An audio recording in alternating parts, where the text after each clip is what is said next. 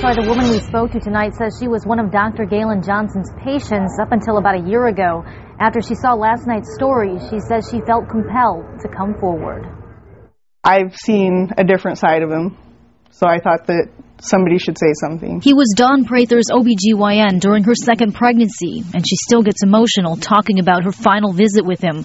She says she was exposed from the waist down, lying on a table in Dr. Galen Johnson's office while he and his assistant examined her. And after like 5 or 10 minutes, he's like, okay, well, oh, I see, this is why it's so difficult. He starts laughing, and he's showing her something inside me, and she's laughing, and I was like, I was in shock. I was humiliated. She says she can only imagine what the 28-year-old woman accusing Johnson of assault and sexual abuse must be going through. You know, obviously she went through something way worse than I did, but that she's not alone. Court papers state the alleged victim was fondled by Johnson on 2 separate occasions. April 27th, she says he grabbed her buttocks and squeezed while commenting about her weight.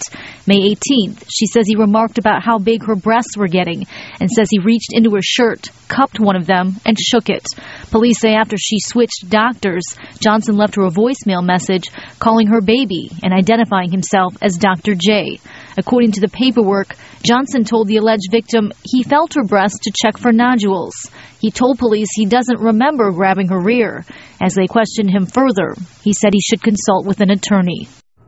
And Johnson was released from jail today. It doesn't say anywhere in his paperwork that he is not allowed to return to work.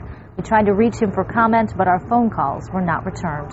Reporting live, Kelly Hessedall, Fox 10 News.